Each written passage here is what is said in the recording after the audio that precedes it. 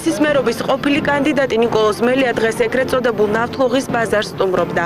მელიას განცხადებით აგრარულ პროდუქციაზე ბოლო დღეებში ფასებმა თითქმის 10%-ით მოიმატა. მიზეზი კი ლარის გაუფასურებაა. ნაციონალური მოძრაობის წევრი ხელისუფლების წარმომადგენლებს მოუწოდებს მოსახლეობის პრობლემების მიმართ მეტი ინტერესი გამოიჩინონ. თავად აგრარულ ბაზარზე დასაქმებულები კი ამტკიცებენ, რომ პროდუქციაზე ფასები არ გაზრდილა. ნაწილის აზრით კი ფასებმა მცირედით მოიმატა, რაც წინა საახალწლო პერიოდში ნორმალური პროცესია.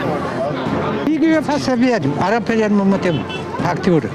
პროსტო ეს არის პრობლემა დოლარი ყოველთვის გამყარებული. სოფლის მეურნეობის პროდუქტებზე არაფერი, ჩვენ ქართულ საქონელზე არაფერი, პირიქით გლეხი უფრო გაჭირვებაშია.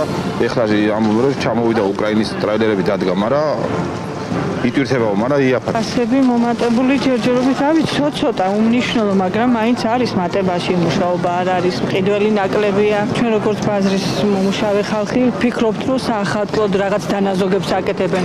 თან ეს დოლარის ცვლილებას თავისთავად მოახდენს გავლენას. ძალიან სავალალო მდგომარეობაა ყველა აგრარულ ბაზარში, მნიშვნელოვნად არის ნაკლებობა მომხმარებლების ბაზრებში ვერ ხდება პროდუქციის რეალიზება და ამ ფონზე ძალიან სამარცხვინოა, როდესაც ხელისუფლება პრემიებს იწერს, აზრდის პენსიებს, სახელმწიფო დანამატებს ზრდის, ლარს აუფასურებს.